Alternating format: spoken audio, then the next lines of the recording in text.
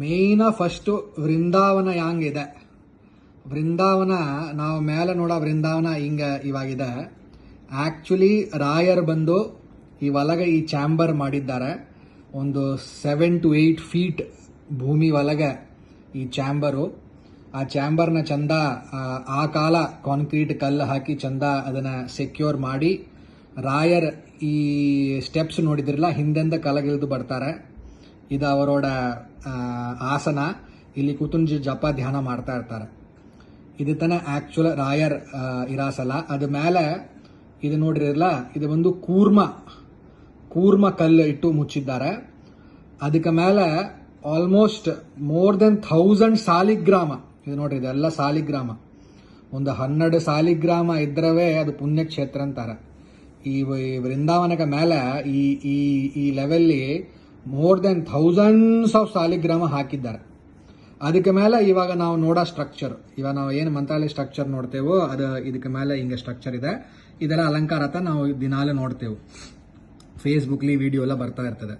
ಇನ್ನೊಂದು ಏನು ಸಮಾಚಾರ ಅಂದರೆ, ಇಲ್ಲಿ ಲಕ್ಷ್ಮೀ ನರಸಿಂಹ ಇದ್ದಾರೆ. ಇಲ್ಲಿ 4 ಪೆಟಲ್ ಹಾಕಿದ್ದಾನೆ ಬೈ ಡಿಸೈನು.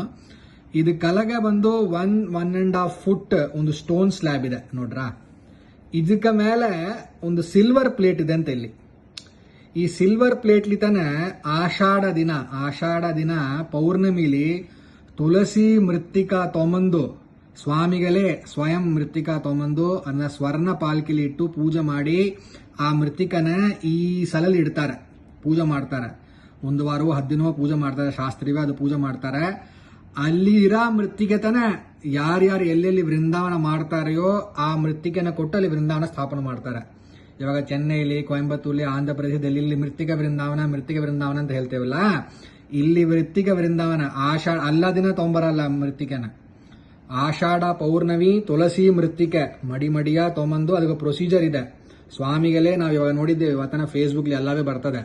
ಸ್ವಾಮಿಗಳೇ ಸ್ವರ್ಣ ಪಾಲಕಿಲಿ ಅದನ್ನ ಇಟ್ಟು ಆ ಮೃತ್ತಿಕೆನ ತಲೆ ಮೇಲೆ ಅದನ್ನ ಶರಸ ಧಾರಣ ಮಾಡಿ ತಲೆ ಮೇಲೆ ಇಟ್ಟು ಇಲ್ಲಿ ಮೃತ್ತಿಗೆ ಹಾಕ್ತಾರೆ.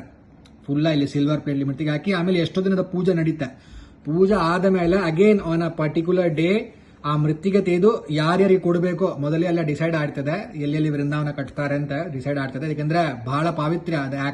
ಸಾಕ್ಷಾತ್ ರಾಯರೇ ಇರಂಗ ಆ ಮೃತ್ತಿಗೆಯಲ್ಲಿ ಮೊದಲೇ ಎಲ್ಲ ಡಿಸೈಡ್ ಆಗ್ತದೆ ಯಾರ್ಯಾರಿಗೆ ಕೊಡ್ಬೇಕಂತ. ಯಾಕಂದ್ರೆ ವೃಂದಾವನ ಆಗ್ಬೇಕಂದ್ರೆ ಅಲ್ಲಿ ದಿನಾಲು ನೈವೇದ್ಯ